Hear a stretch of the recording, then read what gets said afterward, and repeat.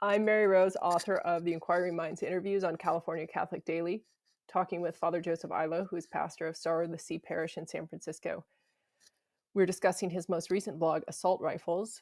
Father Illo's blog can be found at fatherilloblog.com. And Father, I was wondering, you talked about Hollywood's the glorification of violence, but how enjoyable it is.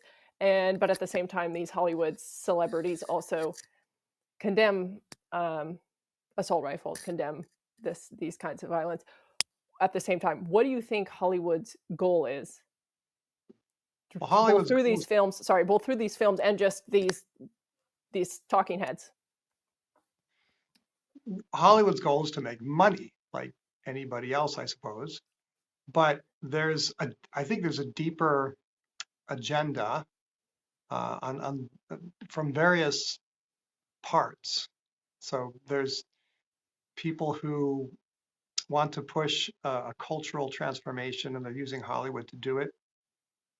I think there are the people in Hollywood that have been convinced that the best thing for America is a libertinism, which they promote in their movies. Free choice, the highest good is personal autonomy and free choice. And then I think there's the devil.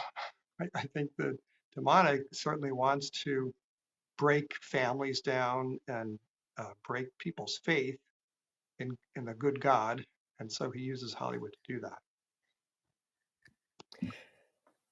Do you think there's any value? I mean, even in your blog, you're talking about how you said something about always on the side of the good guys, of course, on behalf of the good guys doing whatever acts of violence that, inspires us.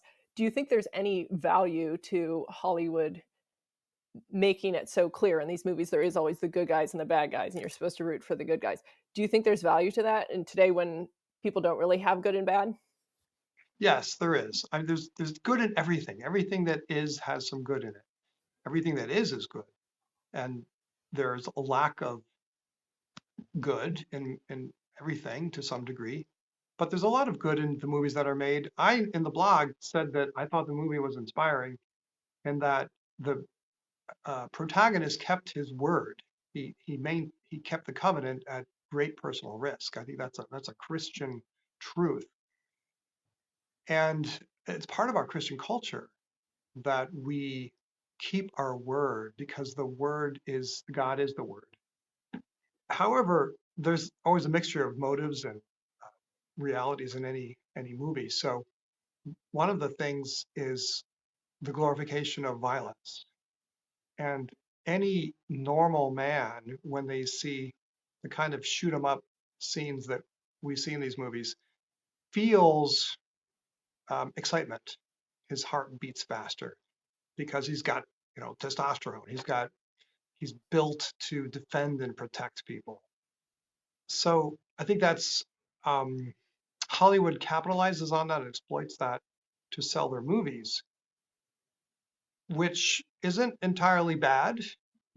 Men need to be encouraged to be protective and providing for people, and that's what heroism is. But there has to be a greater goal here. I think that what really kind of bothers me is the hypocrisy of, okay, if you're going to make a movie glamorizing violence or using extreme violence to sell your movie, then how can you at the same time condemn assault rifles or pretend that you're such a campaigner for pacifism when you're making all sorts of money on these movies? So that's what bothers me. That's what made me think on the plane it's worth writing about. Well, then Go ahead. Oh, I was just going to say it's somewhat unrelated, but something that occurred to me when you were saying it just occurred to you when you were on the plane.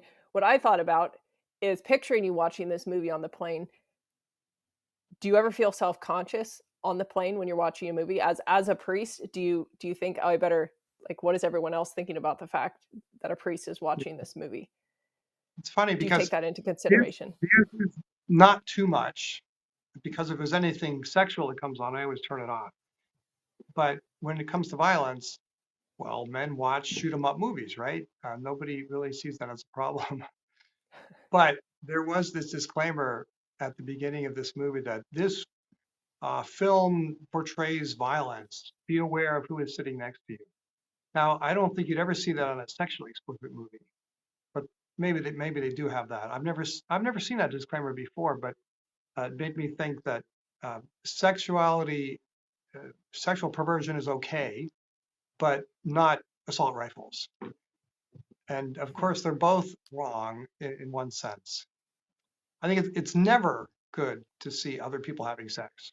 That's something between a husband and a wife. But it can be good to portray just defense of innocent people, to inspire people to do that themselves. So war movies in themselves, or I have read, my father fought in World War II. I've become more interested as I get older to know what he went through. So I've read a lot of books. I've read a lot of books about Churchill and about the Second World War. And I think it's good to do that. I think it's good to know what really happened. And especially if we get into another war, what we should be facing. But to soak ourselves in that violence, and the kind of violence that's portrayed by Hollywood is hyper realistic, and it's designed to addict people to to the feelings they get when they see this kind of violence. The violence is exploited by Hollywood, who at the same time condemns violence. So, friends, you can only do one thing at a time, have it either way, but they want to have both ways. And I think somebody needs to call that out. Yeah, well, that's actually, I mean, just some of the what you were talking about there, it makes me wonder. You're saying how much they make these movies, and people obviously enjoy watching all this violence. Is it? Do you see any parallel between that and just the prevalence of pornography now? That's is it something with this virtual world? Is it something with just being taken to extremes? I don't know. Do you see any parallels there? I do. The extreme violence is a kind of pornography that creates certain chemicals, in, especially a man's body, to react. It gives him a sense of, endorphins or adrenaline or whatever it is. So, uh, people, some movies, God bless Mel Gibson, but I think he's kind of addicted to violence because of the extreme and graphic and hyper realistic violence that he portrays in his movies. The Passion of the Christ was a tremendous movie, but it's also hyper realistic in terms of the violence. Do we need to see um, over and over again in different ways the kind of violence that people perpetrate on each other? No, we don't.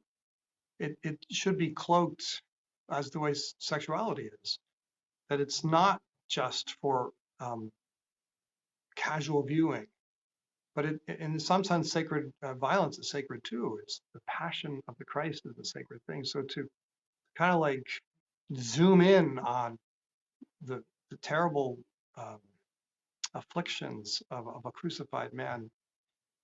I don't know. Maybe that's over the top. But other movies that people like Mel Gibson make of the war, they're just. I did watch. We Were Soldiers once about Vietnam, about the Ya Ya Drang Valley battle, and it's just too much. It's helicopter gunships blowing people's bodies apart, and that's a kind of a it's kind of a pornography that we should be discreet about, that we should refrain from. Do you think? I mean, well, I assume part of it's because people put so much of their lives online now that things that used to be. I mean, I'm thinking about old black and white movies. Even like mobs war movies or mobster movies. People come and shoot. You didn't really see much. What that would actually do to the victim in the movie, how that's portrayed. But I wonder if now, because so much is put online, we are used to seeing things much more up close and things that we wouldn't used to see. And I have a friend who's a high school teacher, and she said her students actually have trouble distinguishing between what's in real life and what's just online. And I mean, we see that with the phenomenon of someone being attacked, say on a, a subway car, and everyone just starts filming. Nobody steps in to defend the person. And so I think it's part of this, like, we see it in the movie and we enjoy it, and then we have trouble distinguishing for these, I mean, especially for these kids who spend all their time online. So I don't really have a Right. question with that. The first time I saw real bad violence, I think it was, oh, I forget the movie, but it was so bad that I just left. I left the movie theater. I stalked out. I was angry. I was disgusted and angry. But you get used to this and you stop walking out on these things, become desensitized, and you want to see more. So part of what we're seeing, of course, is technology allows more realistic portrayals of violence, or perhaps not even realistic, but um, so realistic, extremely almost like fantasies of violence. And then, because I think real violence, as I mentioned in the blog post, my father was in the war and he hated violence. He hated the sound of rifles going off because he had been there. So when you like the sound of shooting and you like to see people's brains being splattered about, then you become desensitized or addicted or addicted to something you shouldn't. But what was your other question? I don't think I answered your question, did I? I don't know that I had a question with that. It was more of an observation. But I do have another question, which is, you also talked about the Aztec Empire and sacrificing their children. I once had a professor say that, I mean, well, he was talking not about the Aztecs, but about the gods in the Old Testament. He said, at least back then, people sacrificed their babies to someone else. Now, today, through abortion, they sacrifice their babies for themselves. I don't know if that's. Do you have any thoughts on that? Well, I spent 3 weeks, 3 months as a seminarian in Mexico learning Spanish, but also Mexican culture to prepare for work with Mexicans in California. So one of the books I read explained Aztec philosophy and theology, and they believed apparently that without that sacrifice daily on the temples, the sun would not rise. The sun god needed human blood or he would not warm the earth and the crops would die. So they believed that they were the keepers not only of civilization, but of life itself through those sacrifices. So you're right. As far as I know, they had a purpose, these sacrifices. Whereas now it's the altar of self uh, autonomy and choice. So I think that's a real distinction. But an interesting, yesterday we celebrated Our Lady of Guadalupe, and it occurred to me the name of the visionary, Saint Juan Diego. In Nahuatl, his name was Cuatlatlatzin, which means talking eagle.